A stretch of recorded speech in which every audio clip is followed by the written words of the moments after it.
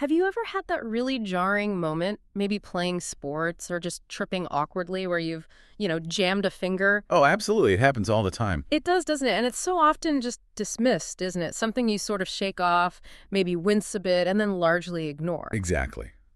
But that dismissal can be problematic. Precisely. Because for us, as orthopedic professionals, that seemingly simple discomfort, well, it can actually hide a surprising amount of complexity. Potential long-term problems, too.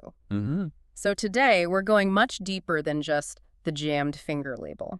This is a real deep dive into the intricate world of volar plate injuries of the finger. A really important topic. It is. Our mission today is to unpack all those underlying orthopedic complexities, hopefully giving you some crucial insights for, sharper diagnosis, effective management, and better patient education when it comes to hand trauma. Looking forward to it.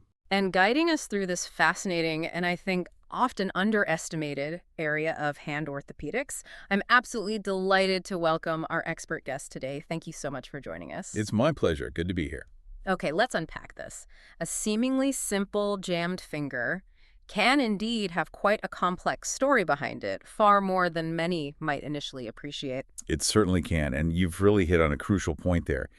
These injuries are incredibly common, but it's the subtleties, the things that get overlooked that can lead to significant long-term issues for our patients. Yeah. So understanding that full picture is just paramount for providing proper care. Absolutely. Let's start right at the beginning then. For our medical colleagues listening in, could you first demystify the volar plate itself?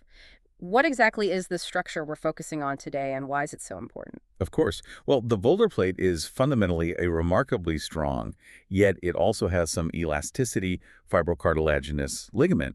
Think of it almost like a thick protective shield sitting there on the palm side of the finger joint. Now, while it is present at the MP joint, the metacarpophalangeal and the DIP joint, the distal interphalangeal, our main focus today, and really where the vast majority of significant injuries occur, is at the PIP joint, the proximal interphalangeal joint. That's the middle joint of the finger. Okay. And its specific anatomy is really key to understanding its function. Distally, so towards the fingertip, it's exceptionally robust, very strong. And it's firmly attached to the volar lip, that's the palm side edge, of the base of the middle phalanx. Right, the bone attachment. Precisely. And this attachment point is fibrocartilaginous. It's designed to withstand pretty significant compressive forces and tensile forces too. And it's noticeably thicker right in the center, directly under the middle of the joint. Okay, so strong distally. What about proximally? Well, proximally, so nearer the hand, it's actually quite different. It's much more membranous, more elastic. It originates in the proximal phalanx, but not directly. It comes off via two thin lateral bands. Yeah. Lateral bands. Yes, known as the Check-Rein ligaments. And these anchor onto the periosteum, the bone lining, right next to the distal end of the A2 pulley system. Now, what's really critical here, and I think often misunderstood, is that the central portion of the volar plate itself is not directly attached to the proximal phalanx. Oh, interesting. Why is that? It's crucial for movement. This arrangement allows for the necessary range of flexion. It permits the joint to bend fully into a fist. It's really a beautifully engineered structure, balancing that robust stability against hyperextension with the essential flexibility needed for full finger function. That structural detail is incredibly insightful, especially that difference, the proximal elasticity versus the distal rigidity. So given that architecture, what are its roles? You said it's more than just stopping hyperextension. Oh, absolutely. Its functions are multifaceted and honestly essential for normal hand mechanics and joint health. Firstly, and perhaps most obviously, it provides crucial stability to that PIP joint. Right, the main job. It is the primary restraint against hyperextension, stopping the finger bending too far backwards, which, as we'll discuss, is often how it gets injured. But it also plays a really significant role in resisting sideways displacement and twisting forces.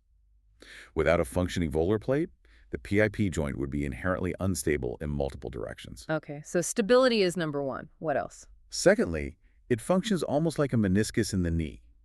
It sits strategically between the head of the proximal phalanx and the base of the middle phalanx, and it helps the joint surfaces fit together smoothly, improving congruence. Ah, like a washer. Sort of, yes. It reduces friction and helps distribute the load across the joint. Thirdly, it forms an integral part of the PIP joint's intracavity lining.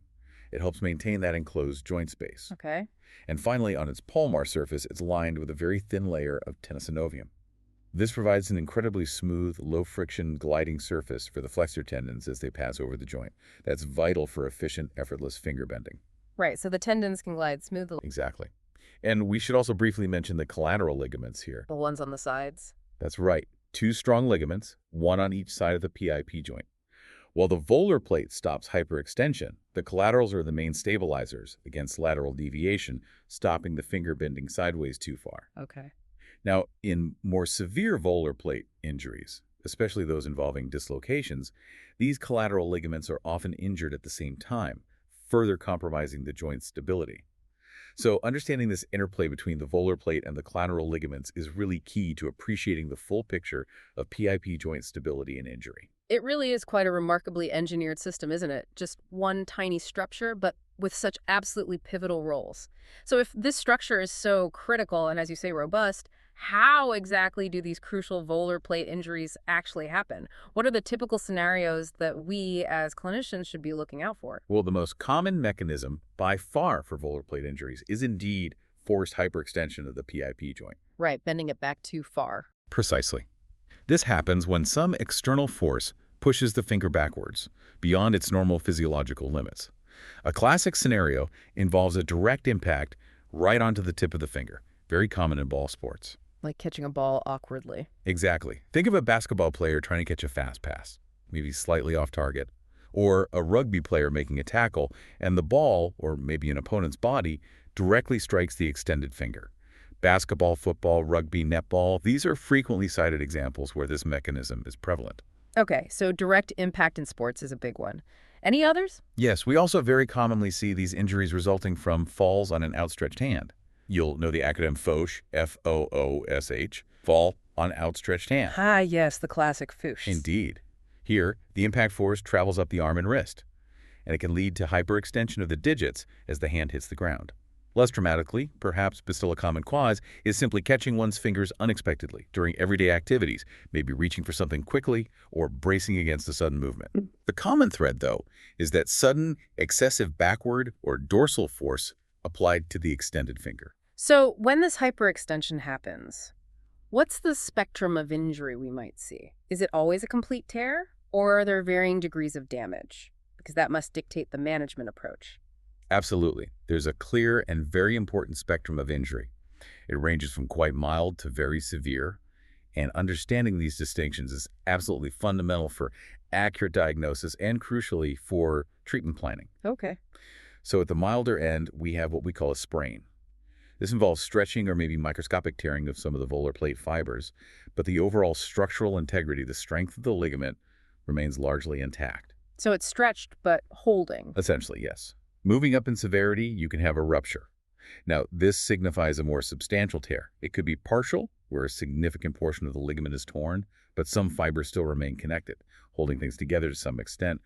Or it could be a complete rupture, where the ligament is fully severed. Right, a full tear. Then, and this is quite common, we see an avulsion fracture. This is particularly important because the volar plate ligament is so strong. Sometimes it's stronger than the bone it attaches to. So instead of tearing, it pulls off a small piece of bone from its attachment point. Ah, the bone gives way first. Often, yes. This usually happens at its distal insertion site, that volar lip at the base of the middle phalanx we mentioned earlier. We often describe these avulsion fragments based on their size and shape. A dot is typically a tiny bony chip, smaller than about 1 millimeter. A sliver is at least 1 millimeter long, but doesn't really have any appreciable width. And a fragment is a larger chip, measuring at least 1 millimeter in both length and width. Okay, dot, sliver, fragment. Does the size matter? Very much so. The presence, and particularly the size of an avulsion fracture, are crucial factors in determining the joint stability and guiding our treatment choices. We'll come back to that. Okay. And the most severe end?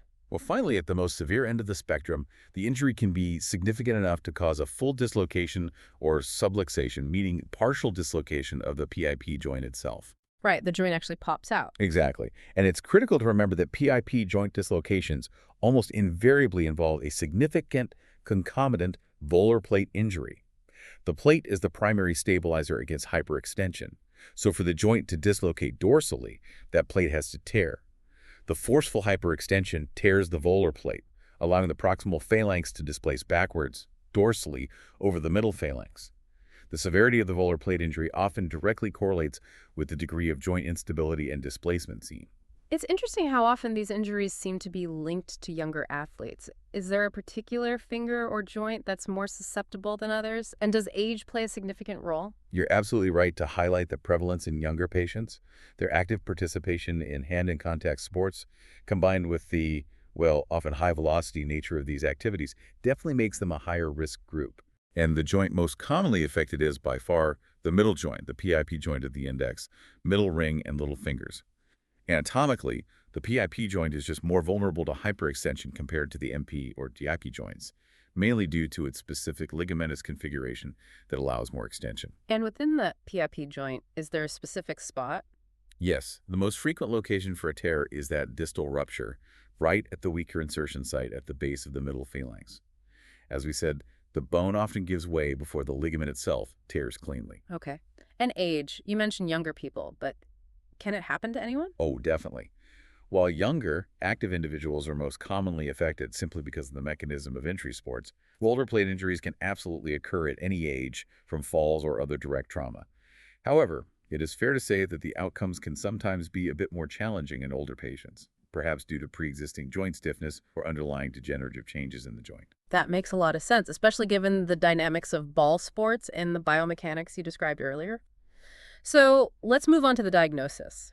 When a patient walks in, perhaps complaining of what they just described as a jammed finger, what are the telltale signs and symptoms that should immediately point us, as orthopedic professionals, towards a potential volar plate injury? Okay, so when a patient presents acutely, the symptoms are usually quite distinct and often immediately suggestive of a volar plate injury. They'll almost always report immediate sharp pain right at the moment of impact. Okay, sudden pain. Yes, followed swiftly by quite localized swelling and often bruising. This bruising, characteristically, is found on the palm side, the volar aspect of that second joint, the PIP joint. Right, volar bruising is key. It is. And crucially, there will be a noticeable reduction in their ability to actively move the affected finger, especially into extension. Trying to straighten it will be painful and limited. And on examination. On clinical examination, you'll find maximal tenderness right over the volar PIP joint. Palpating there will elicit significant pain. This tenderness is really a hallmark sign. Okay. And then passively hyperextending the injured finger will also cause significant pain. And very importantly, it can often reveal underlying instability, which we need to assess carefully. What about chronic cases? People who come in later? Ah, good question. In more chronic cases, where the injury might have been initially dismissed or perhaps poorly managed, the picture shifts a bit. You'll start to observe persistent PIP joint instability, particularly a noticeable hyperextension deformity when they straighten their hand. And sometimes you might see the early signs of a developing swan neck deformity. The classic swan neck. Yes, where the PIP joint hyperextends and the DIP joint, the end joint, flexes in compensation.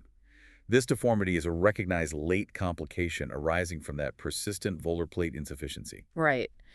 Can you maybe walk us through a typical scenario, a sort of classic patient history that illustrates this presentation for our listeners? Certainly. Let's think about a concise illustrative case. Imagine a 28-year-old right-hand dominant male basketball player.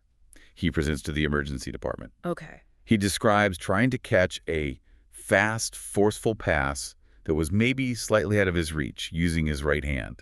As he reached, his long finger, the middle finger, was forcibly hyperextended when the ball struck the tip. Ouch. Indeed. He describes an immediate, sharp, almost tearing pain at the PIP joint. Following that, he experienced rapid onset of pain, tenderness, and significant swelling directly over the PIP joint of that middle finger. He also notes bruising, specifically on the palm side of the joint, and reports being unable to fully straighten his finger. He had to stop playing immediately because of the pain and the loss of function. That sounds like a textbook case. It really is. It's a very common presentation that should immediately raise a high index of suspicion for a volar plate injury. It ticks all the classic boxes. Yeah. Mechanism, pain, swelling location, bruising location, loss of movement. Beyond that initial history, which sounds quite clear-cut in that example, what does the clinical examination actually entail for these injuries? What specific tests do you rely on to confirm the diagnosis and, perhaps more importantly, to assess the severity and the stability of the joint? Right. The examination is key. It begins with a careful visual inspection, looking for that swelling, tenderness, and any visible deformity, perhaps some dorsal angulation suggesting a dislocation or subluxation. Palpation will then pinpoint that maximal tenderness to the volar aspect of the PIP joint. Okay. But the absolute key diagnostic maneuver, and truly the most crucial step for determining management, is the stress test. This is indispensable for evaluating both the joint's overall stability and the specific integrity of the volar plate itself. How do you perform that safely? You need to be gentle but firm. You stabilize the proximal phalanx, the bone closer to the hand, with one hand. Then with the other hand, you apply a gentle, controlled hyperextension force to the middle phalanx, the bone further down the finger. And based on this test, we differentiate between a stable and an unstable volar plate injury. A stable injury will demonstrate no excessive hyperextension beyond the normal physiological range for that individual's finger. Now, stress testing the volar plate and extension will still cause marked tenderness at the injury site. Right, it'll still hurt. It will still hurt, yes, but the joint itself doesn't wobble or hyperextend excessively. This indicates that while there's likely a tear, the remaining fibers or surrounding structures are providing sufficient stability. And unstable. Conversely, an unstable volar plate injury results in a PIP joint that hyperextends excessively. And the key comparison here is the degree of hyperextension seen in the uninjured opposite finger, if it goes significantly beyond that. Compared to the other side. Exactly. Yeah. That excessive range of motion, coupled with eliciting significant pain on stress testing, confirms a functionally incompetent volar plate. It indicates a more significant tear, often a complete rupture, or perhaps a large avulsion fracture that's compromised the joint's intrinsic stability. This test, stable versus unstable, directly dictates the initial management strategy. That's a really critical distinction. And what about imaging? Are X-rays always necessary? And what should we be looking for beyond just an obvious dislocation? Are there subtle clues we might miss? Absolutely. Radiology, specifically X-rays, are essential in every suspected volar plate injury. No question. Their primary role is twofold. Firstly, to rule out an obvious dislocation of the joint, and secondly, crucially, to look for the presence of those avulsion fractures we talked about, where a piece of bone has been pulled off by the volar plate. Right, the bone fragments. Yes, and this is often an overlooked aspect because the ligament itself, the volar plate, is radiolucent. It doesn't show up on X-ray. So it's vital to emphasize the importance of obtaining true lateral and oblique views of the affected finger, in addition to the standard postero-anterior or PA view. Why are those extra views so important? Because small avulsion fragments, particularly those little chips from the volar lip of the middle phalanx base, are very rarely visible on a straight PA view. They can easily be hidden by the overlapping bones of the joint architecture. So they get missed. They could be completely missed if only a PA view is taken. And missing an avulsion fracture, especially a larger one, can have profound long-term implications for joint stability and the potential development of post-traumatic arthritis down the line. Okay, so lateral and oblique views are essential. Do the X-rays tell you much about the ligament itself? Well, directly, no. While X-rays are indispensable for identifying fractures and dislocations, it's worth noting that the ligamentous volar plate injuries themselves, as you say, do not look spectacular on radiographs unless there's that associated avulsion fracture or an obvious dislocation. Right. The direct ligamentous damage isn't visualized. We infer its presence and severity from the clinical findings, the tenderness, the instability on stress testing, combined with the presence of any associated bony injury or joint malalignment seen on the X-ray. So, clinicians absolutely must combine the radiographic findings with a thorough clinical examination. What about other imaging, like MRI? For cases with persistent instability, where the plain radiographs are normal, or perhaps if there's suspicion of a more complex soft tissue injury involving multiple structures, then yes, further imaging such as MRI or maybe high-resolution ultrasound could be considered. However, this is less common for routine, acute volar plate injuries. Usually, clinical exam and good quality X-rays are sufficient. Okay, so we've got a clear clinical picture. We've got comprehensive imaging, including those crucial views. How do established classification systems like Eaton's or perhaps Kiefer-Stern then come into play? Are they just academic exercises, or do they have very practical implications for guiding our decision-making for management? Oh, they are far from just academic exercises. These classification systems are really vital clinical frameworks. They provide a structured way to approach diagnosis. They help with prognostication, giving the patient an idea of outcome. And critically, they are essential for tailoring our treatment strategies. How so? They help us categorize the injury based on specific factors, the degree of tearing inferred, the size of any associated avulsion fracture visible on X-ray, and most importantly, the joint stability as assessed clinically. Okay. Could you maybe walk us through one like Eaton's? Certainly. Eaton's classification is widely used and provides a pretty clear guide. Type 1 is an avulsion of the volar plate without an associated fracture or dislocation, essentially a pure ligamentous injury identified clinically. Type 2 is a complete dorsal dislocation, meaning the finger joint has dislocated backwards, again without a significant fracture fragment. Okay. Types 1 and 2 are ligament dislocation based. Exactly. And then it gets into the fracture dislocations. Type 3A is described as a stable fracture dislocation. Here there's a fracture involving less than, say, 40% of the PIP joint's articular surface. The key here is that the collateral ligaments remain attached, and the joint is reducible and remains stable in some degree of flexion. So stable despite the fracture? Relatively stable, yes. Finally, type 3B is an unstable fracture dislocation. This typically involves a larger fracture fragment, maybe more than 40% of the PIP joint surface, often with little or no collateral ligament remaining attached to the main fragment. This makes the joint inherently unstable, even after reduction. I see. And the Kiefhaber-Stern system, is it similar? Yes, the Kiefhauer-Stern classification, which is actually a modification of an earlier system by Hastings, categorizes injuries based on stability and fracture size as well. It classifies them as stable, tenuous, or unstable. Stable, tenuous, unstable. A stable injury involves an avulsion fracture of less than about 30% of the articular base. A tenuous injury involves a fragment between 30% and 50% of the articular base, but importantly, the joint reduces easily and remains stable with less than 30 degrees of PIP joint flexion. So it needs a bit of flexion to stay in place. Exactly. And then an unstable injury is one involving perhaps less than 50% of the articular base, but it requires more than 30 degrees of flexion to maintain reduction, or it might be completely irreducible through closed means. Right, that makes the stability assessment crucial. Absolutely. And if we connect this to the bigger picture, these classification systems are not just academic exercises.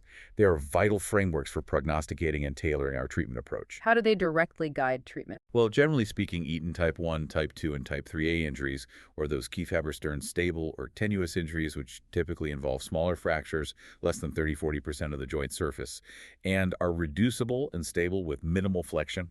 These are almost universally managed conservatively, non-surgically. Okay, so most go down the non-surgical route. The majority, yes.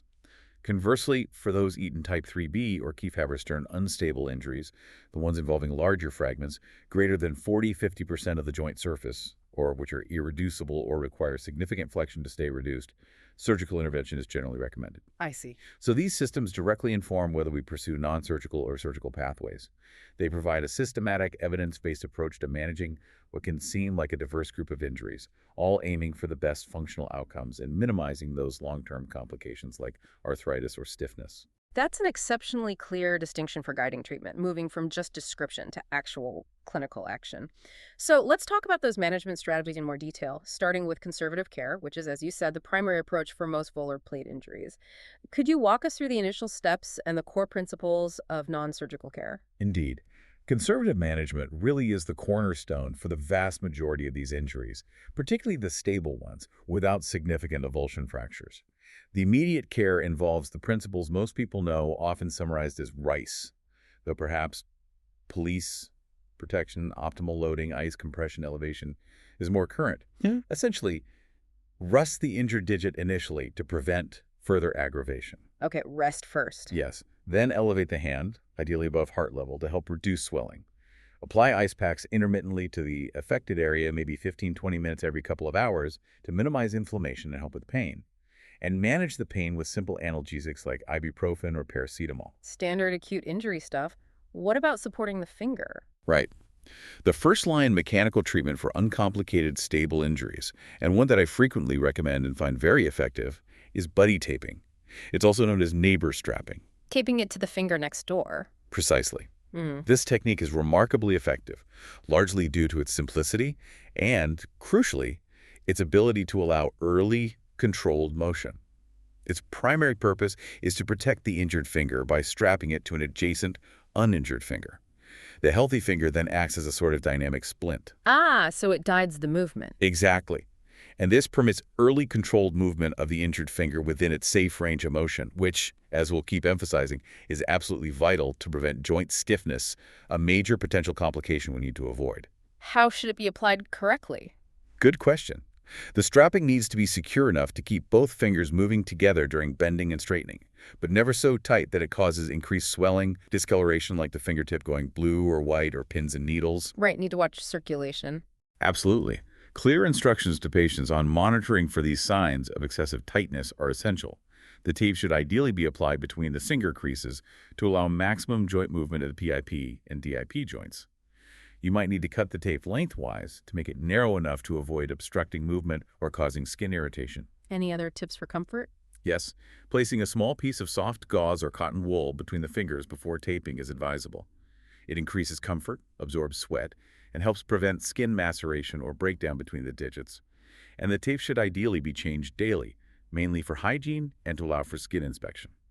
How long do patients typically need to keep the buddy taping on? There's some slight variation in protocols. For instance, Royal Berkshire Hospital guidance suggests wearing buddy taping continuously for the first 2 to 3 weeks. NHS Tayside offers slightly different advice, recommending 3 weeks for patients under 16 and 4 weeks for those over 16. Okay, a few weeks generally. Generally, yes. After this initial period, once the acute swelling has largely settled and the pain subsides, the buddy tape can often be removed for daily activities.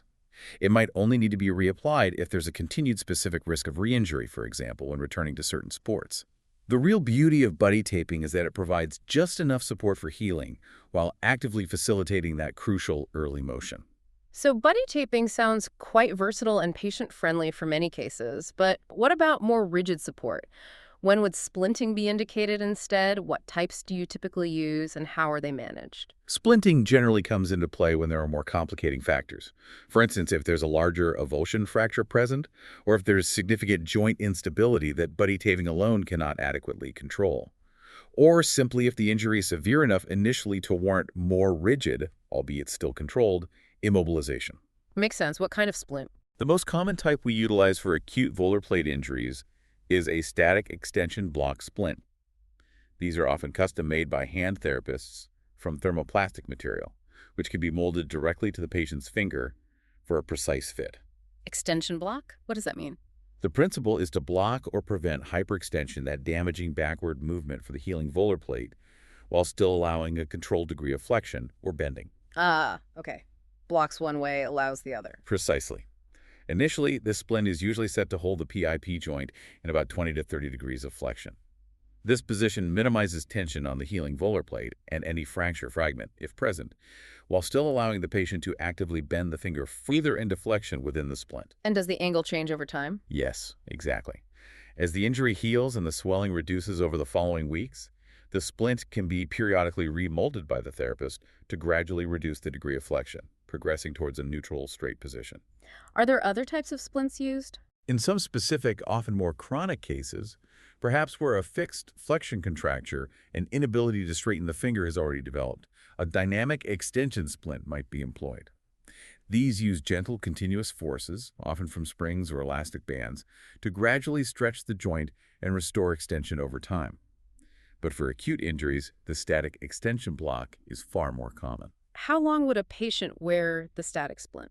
It varies, but a static extension block splint might be worn continuously, particularly at night and during activities that risk re-injury, for up to 3 weeks. Sometimes this period might be extended, perhaps up to 6 weeks, depending on the severity of the injury and the stability assessed at follow-up appointments. Careful monitoring for skin integrity under the splint and ensuring patient comfort is essential. Patients are usually taught how to remove it for hygiene, and importantly, for performing gentle exercises, provided they understand how to reapply it correctly afterwards. This seems to be a recurring and really important theme. Early movement is absolutely key for these injuries. Why is this so vital specifically for volar plate injuries, and what does this look like in practical, day-to-day terms for the patient going through rehabilitation? You're right to keep highlighting it. Early mobilization is, without any exaggeration, absolutely paramount. Yeah. It's perhaps the single most crucial element in preventing the joint from becoming stiff. Stiffness is a very common, often very challenging, and potentially permanent complication if it's not addressed promptly and effectively. Right. Stiffness is the enemy. It really is. Even if movement feels painful initially, and it often does, controlled motion is therapeutic. It helps maintain the glide of the tendons, prevents the joint capsule from tightening up, and promotes better organization of the healing scar tissue. This is precisely where the expertise of a certified hand therapist becomes invaluable. The hand therapist's role. Absolutely central. They guide the patient through a carefully progressive and, importantly, pain-tolerated exercise program. They ensure the joint is loaded appropriately and move through the correct range of motion at the right stages of healing. What kind of exercises are we talking about initially? In the first few weeks, as pain allows, patients should perform gentle, active range of motion exercises. This typically includes gentle bending and straightening of the affected finger within the limits of the splint or buddy tape, if worn. They should attempt to make a full fist, then fully extend their fingers as much as possible without forcing it. Spreading the fingers out wide and then bringing them back together is also good. How often should they do these? Frequently. Little and often is key. Maybe sets about 10 repetitions, perform perhaps 2 to 4 or even up to 4 to 6 times, spread throughout the day.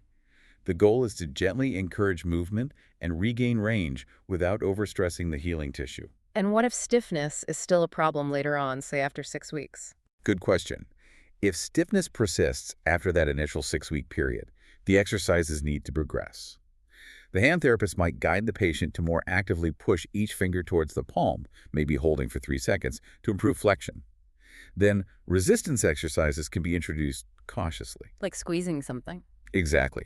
Using mild resistance initially, perhaps with items like a soft sponge, a pair of rolled-up socks, or a therapy putty, that Play-Doh-like material. The therapist will guide the specific consistency of the putty and the exercises. Any other tips for managing stiffness and discomfort? Yes, patients often find it helpful to perform their exercises in warm water. The warmth can ease discomfort and make the joint feel less stiff. Also, regularly massaging the area around the joint, perhaps with a simple, non-irritating cream like aqueous cream, can help to reduce residual swelling and improve the glide of the skin and underlying soft tissues. The real emphasis throughout this whole process is on consistency and patience. Regaining full motion after a PIP joint injury can be a slow process, sometimes taking several months.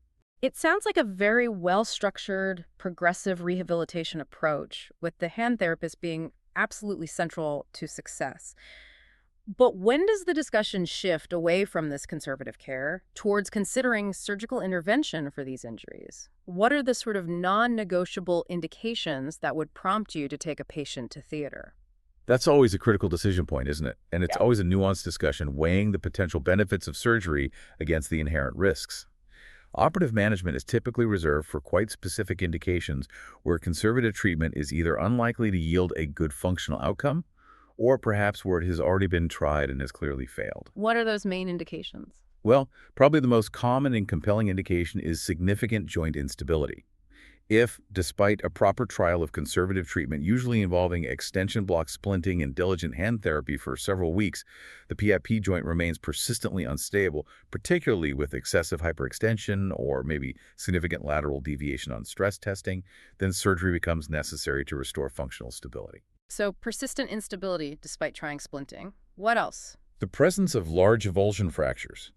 If that bony fragment pulled off by the volar plate involves a significant portion of the PIP joint's articular surface, the smooth cartilage lining the threshold is often quoted as greater than 40% or 50%, then surgical fixation is often indicated. Why is the size so important there? Because such large fragments, if left displaced, can lead to chronic joint incongruity, meaning the joint surfaces don't fit together properly, which in turn leads to instability and a significantly increased risk of developing post-traumatic arthritis later on. Fixing it restores the joint surface. Makes sense. Any other reasons for surgery? Yes, irreducible dislocations. This means the joint simply cannot be put back into place or reduced through closed manipulation in the emergency department or clinic. Or perhaps it reduces but dislocates again immediately after the reduction force is removed. Alternatively, if, after reduction, the joint is so unstable that it requires more than 30 degrees of flexion to maintain its reduction. That tenuous or unstable category we discussed? Precisely. That indicates severe underlying instability, and surgical intervention is usually needed to secure the joint properly. Open injuries, of course, where there's a break in the skin overlying the injury, always requires surgical exploration to assess the extent of damage, clean out any contamination, and primarily repair the injured structures to prevent infection and facilitate healing. And chronic cases. Yes, finally, chronic cases with persistent dysfunction. Patients who present very late, or those who have ongoing chronic symptoms like persistent subluxation, a developing swan neck deformity, or just significant functional limitations despite having had appropriate conservative care, may require reconstructive surgery to address the long-term consequences. And what do these surgical techniques typically involve? Can you give us a sense of the range of procedures and perhaps when you might choose one over another? Certainly. For acute injuries, if the joint happens to be stable after a successful closed reduction, sometimes simply immobilizing it in a small degree of flexion with a splint might suffice, even if initially dislocated. However, for those more severe cases with the indications we just discussed, the surgical techniques can be quite varied. Okay. A common approach for larger avulsion fractures is open reduction and internal fixation, or ORI. Yes. Here, the fracture fragment is exposed surgically, put back into its correct anatomical position, that's the reduction, and then fixed in place, the internal fixation. This fixation can be done using K-wires, which are thin metal wires inserted through the bone fragment and across the joint to stabilize everything. K-wires, are they permanent? No, K-wires are relatively simple to insert, but they do carry a risk of pin tract infection, and they usually require a second, smaller procedure for removal after a few weeks. For larger, more substantial avulsed pieces of bone, we might use mini screws or even small plates. These can offer more rigid fixation, potentially allowing for earlier mobilization, but they generally require a slightly more extensive surgical dissection to place. The choice often depends on the size and combination, how fragmented the bone is, and also the surgeon's preference and experience. What about really complex fractures? For complex, comminuted intra-articular fractures, or perhaps those that are very difficult to reduce and maintain stably, a technique called dynamic external fixation can be very useful. A common device used here is the Suzuki frame. A Suzuki frame, what's that? It's essentially an external device. Pins are inserted into the bones, proximal and distal to the injured joint, and these pins are connected by an external frame. This frame maintains continuous traction across the joint, keeping it reduced, while still allowing controlled dynamic motion, usually flexion and extension, through hinges in the frame. So it holds it distracted but allows movement. Exactly. It's particularly useful for maintaining the articular congruity in unstable fracture dislocations and facilitating that crucial early range of motion to prevent stiffness. And for chronic problems? Or if the plate is badly damaged? In some chronic cases, or perhaps where there's significant tissue loss or irreparable damage to the volar plate itself, reconstruction might be necessary. A volar plate arthroplasty involves essentially replacing or augmenting the damaged plate, often using a soft tissue graft, sometimes harvested from the patient's own body, like a piece of tendon or local tissue. Okay. A common technique specifically for chronic instability or a developing swan neck deformity is to augment a repair with a flexor digitorum superficialis, FDS, slip tenodesis. FDS tenodesis, that sounds complex. It is a more complex procedure. It involves taking one slip of the FDS tendon, one of the main bending tendons in the finger, harvesting it, and then weaving it through the bone and across the joint to provide either dynamic or static stabilization, effectively mimicking the function of the lost or deficient volar plate. This is generally reserved for salvage situations with persistent chronic instability. You mentioned risks versus benefits earlier. Is there controversy around surgery? Well, this raises an important question. What are the trade-offs we consider when deciding on surgical versus conservative pathways? It's important to acknowledge that there is a school of thought and some research suggesting that perhaps surgical treatment for some less severe or borderline cases might carry risks of increased scarring, adhesion formation around the tendons, and subsequent joint stiffness that might outweigh the potential benefits compared to diligent, non-operative care. So surgery isn't always the answer, even if there's a fracture? Not necessarily, especially for smaller, stable fractures. However, for those clearly indicated cases, the unstable joints, the large fragments, timing becomes crucial for surgical success. Studies consistently suggest that range of motion outcomes seem to be significantly better if surgery is performed relatively early, ideally within about 4 weeks of the initial injury. Really? What sort of difference does timing make? For instance, one notable study found an average PIP joint flexion of about 85 degrees if patients were operated on within 4 weeks of injury, compared to only about 61 degrees of flexion if the surgery was performed after 4 weeks. Wow, that's a big difference in movement. It's a substantial difference. So it really is a careful balance of the potential benefits of surgical stabilization versus the risks of surgery itself, dictated by the specific injury pattern, its stability, and critically, the timing of presentation and intervention. The goal is always to achieve the best possible functional outcome with the least invasive approach that's appropriate for that specific injury. That timing aspect is absolutely crucial for surgical success, as those numbers clearly illustrate. Let's move on to recovery and prognosis now, which is always what patients want to know. How long until I'm back to normal? What's the typical recovery trajectory for a volar plate injury, and what should patients, and indeed we as clinicians, realistically expect? That's the million-dollar question for every patient, isn't it? For simple, stable volar plate injuries that are managed well conservatively, patients can typically expect to return to near normal function within, say, a few It's a months. few months. Okay. Now, while the ligament itself usually demonstrates a degree of clinical healing within a few weeks, perhaps around 6 weeks, for initial scar formation to provide some stability, it's very important to manage patient expectations regarding swelling. Ah, the swelling. Does it linger? It really does. Joint swelling, or edema, is perhaps the most persistent and often the most frustrating symptom for patients after a PIP joint injury. It can easily persist for several months, and in some cases, believe it or not, even 1 to 2 years post-injury. It does gradually improve, but often it never fully resolves back to the exact pre-injury size. So the finger might stay a bit bigger. It's quite common for the affected joint to remain slightly enlarged permanently. Patients might even find they need to get their rings adjusted because of this residual enlargement. And this persistent swelling itself contributes to the feeling of stiffness if it's not actively managed with elevation, compression, and movement. And what are the potential complications or less favorable outcomes that clinicians and patients should be acutely aware of, particularly if the injury isn't managed optimally, or perhaps if it's just inherently more severe from the start? Unfortunately, there are several potential complications that can arise, which really underscores the importance of vigilant management and appropriate therapy. Stiffness is perhaps the most common and functionally significant long-term issue. We keep coming back to stiffness. Because it's so critical, it can become permanent and quite debilitating if early movement and proper hand therapy are neglected. The joint capsule effectively thickens and contracts, restricting movement, sometimes quite significantly. Patients may also develop persistent scar tissue formation around the joint, leading to adherence of tendons or the skin, and that aforementioned joint enlargement or knobble, which can be cosmetically bothersome for some and can also affect function. What about pain? Lingering pain and discomfort can certainly persist for many months after the initial injury has technically healed.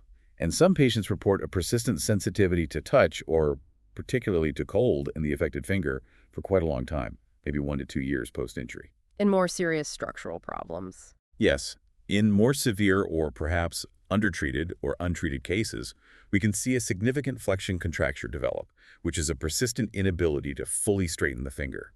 Conversely, and perhaps somewhat paradoxically, there can also be recurrent subluxation of the PIP joint, where the joint partially dislocates repeatedly, causing pain and instability. And the swan neck deformity. Yes, the dreaded swan neck deformity is another potential long-term consequence, particularly in untreated or mismanaged volar plate ruptures or large avulsions. As we mentioned, this typically occurs when the volar plate is chronically incompetent, allowing the PIP joint to hyperextend, which then leads to a compensatory flexion of the DIP joint. Any risk of arthritis? Less frequently, perhaps, but still a definite concern, is the development of traumatic arthritis or osteoarthritis in the joint years down the line. This is especially a risk with those large intra-articular avulsion fractures that weren't perfectly reduced, or in cases with persistent joint incongruity or instability. And Finally, some patients may experience a discernible loss of pinch power or overall grip strength involving that finger, which can impact their fine motor tasks and overall hand function. So you can see why early, precise diagnosis, coupled with diligent, expert therapeutic intervention, are so crucial to prevent these often challenging long-term complications. Absolutely. Given these potential long-term issues, it's vital for patients to understand the return to activity timelines.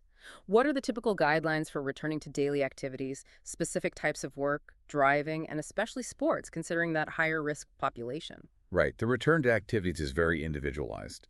It depends heavily on the patient's own progress, the initial severity of the injury, how it was managed, and of course the specific physical demands of their activities. Let's start with work. Okay, for work, if it's primarily office-based or involves only light duties, patients can typically return when they feel comfortable enough and can perform their tasks without significantly exacerbating pain or discomfort in the injured finger. And manual work. For manual work that requires the full, unrestricted use of all fingers, or involves significant grip or pinch strength, or exposure to vibration or impact, it may well be up to 6 weeks, or potentially even longer, before they can safely return. It really depends on the specific job requirements and the stage of healing. Patients should always be advised to avoid any activities that cause significant discomfort or put the injured finger at obvious risk of re-injury during the healing phase. What about driving? That comes up a lot. It does.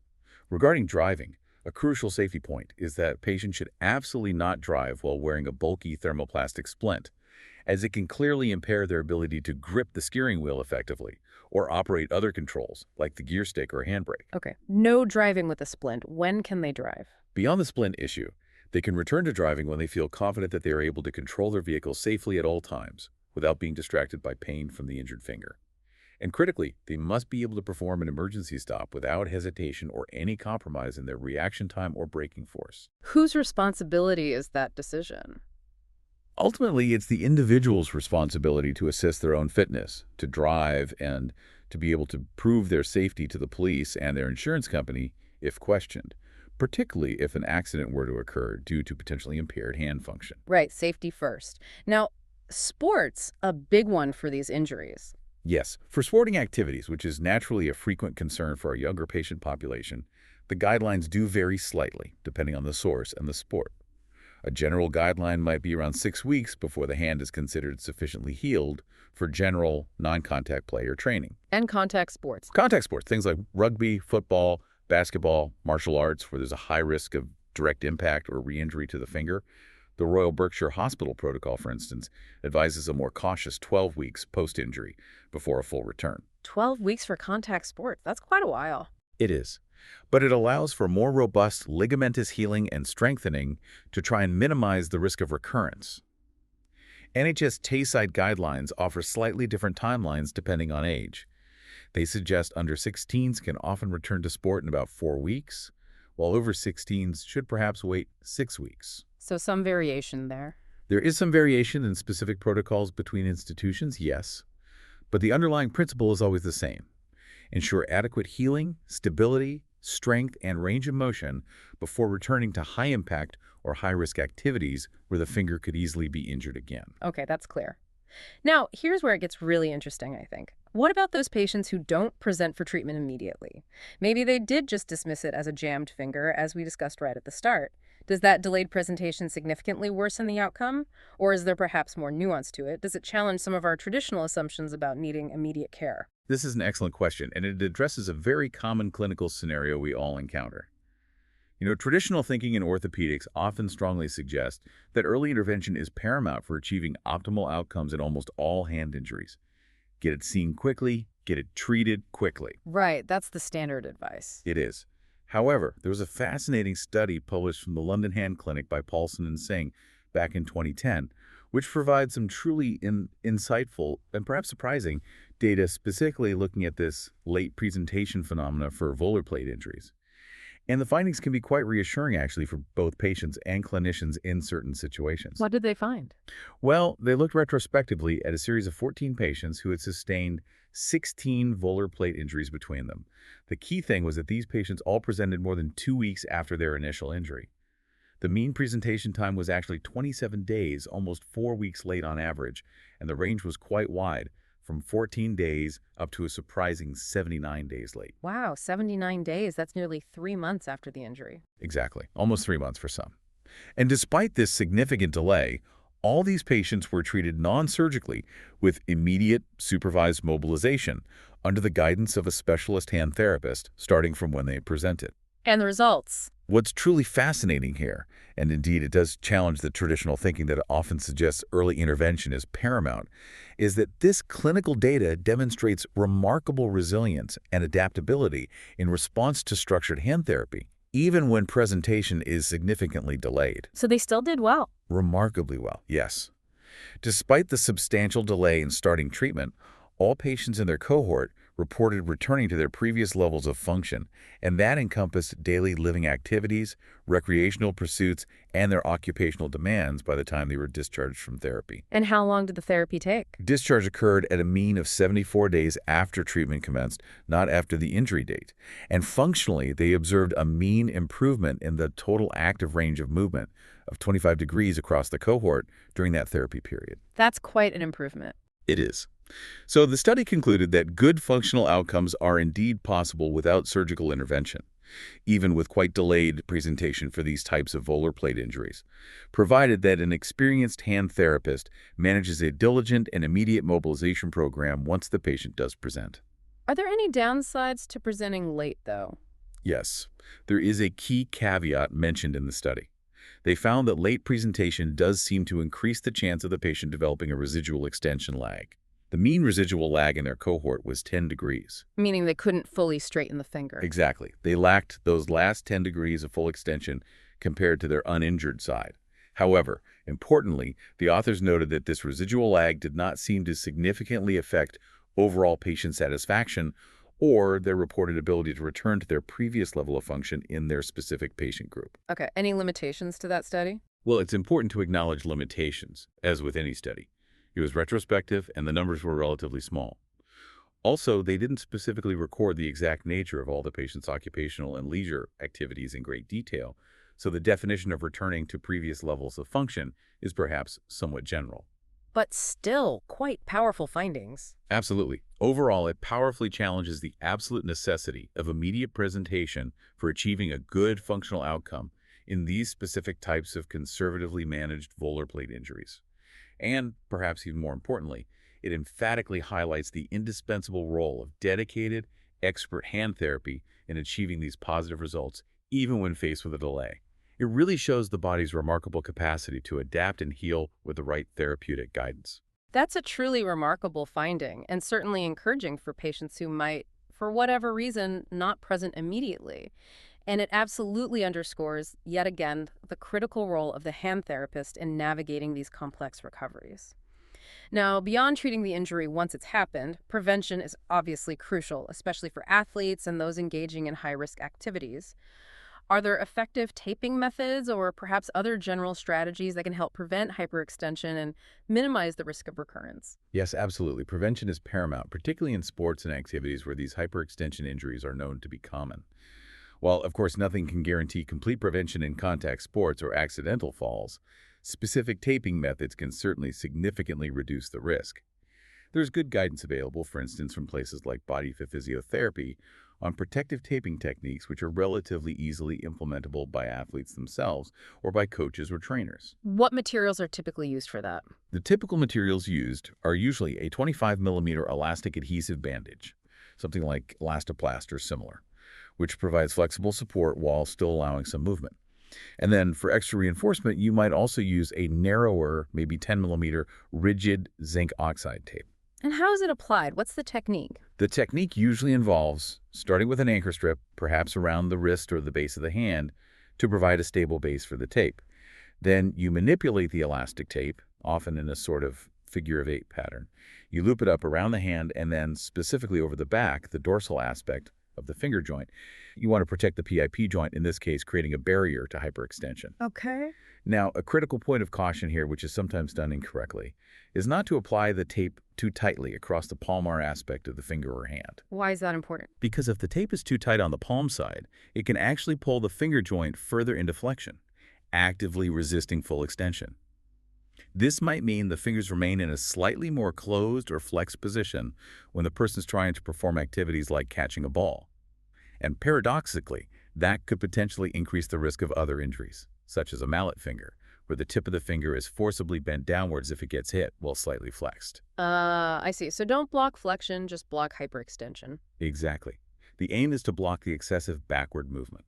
You might reinforce the support against hyperextension by wrapping the tape down over the top, the dorsal side of the joint, maybe coming through between the fingers and securing it around the wrist again, creating a strong check-rein effect. And the rigid tape.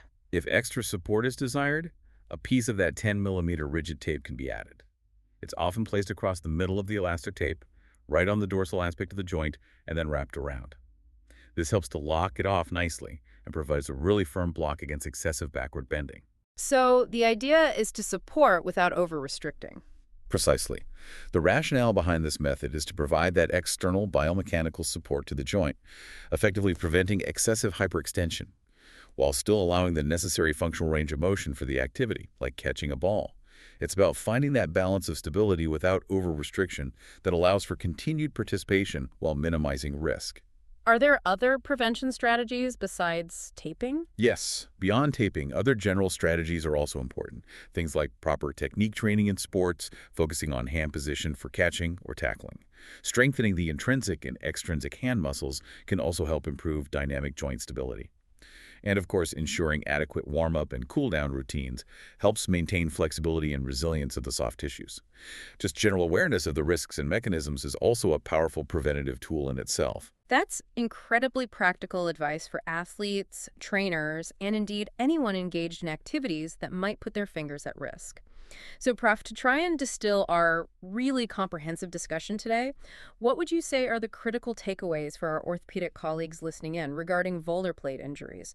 What are the absolute key messages you'd want them to remember from this deep dive? Okay, well, ultimately the message is clear. Knowledge is most valuable when understood and applied. Volar plate injuries, as we've seen, are incredibly common, yes, but they really encompass a very broad spectrum of severity, from minor sprains to complex fracture dislocation. Right, it's a spectrum. It is. Therefore, early and accurate diagnosis is paramount. And that diagnosis must incorporate appropriate imaging, especially remembering those crucial true lateral and oblique X-ray views to identify potentially subtle avulsion fractures, and just as importantly, a thorough, precise clinical assessment of the joint stability through careful stress testing. That initial assessment really dictates everything that follows. And the management principles. Conservative management, which is primarily driven by early supervised mobilization, guided by skilled hand therapists, coupled with the judicious use of either buddy taping for stable injuries or perhaps extension block splinting for slightly more complex or unstable patterns, really is the cornerstone of treatment for the vast majority of these injuries.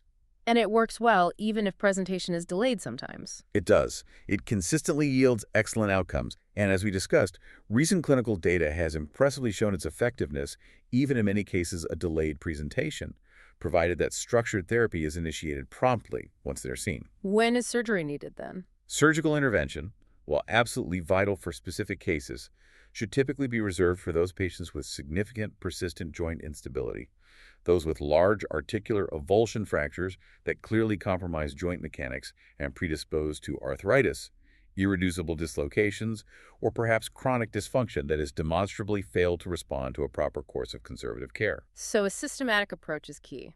Exactly. A systematic approach, combining accurate diagnosis with vigilant, expert-led hand therapy and a clear understanding of the underlying pathology and biomechanics, offers the very best prognosis for these patients. The goal is always long-term functional recovery, not persistent stiffness, deformity, or pain. Prof, we've explored the whole journey today, haven't we? From the initial injury right through to recovery, from seemingly simple sprains to complex fracture dislocations, and all the intricate nuances of managing them effectively along the way.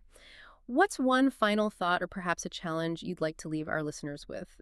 Something for them to maybe ponder or explore further in their own practice as they inevitably encounter these common, yet often quite complex injuries. That's a great question to end on. I think this raises an important question for all of us involved in treating hand injuries. How can we, as orthopedic professionals, surgeons, therapists, doctors in emergency departments, GPs, continue to refine and improve our shared care pathways? How can we ensure better communication and collaboration between all these different points of contact?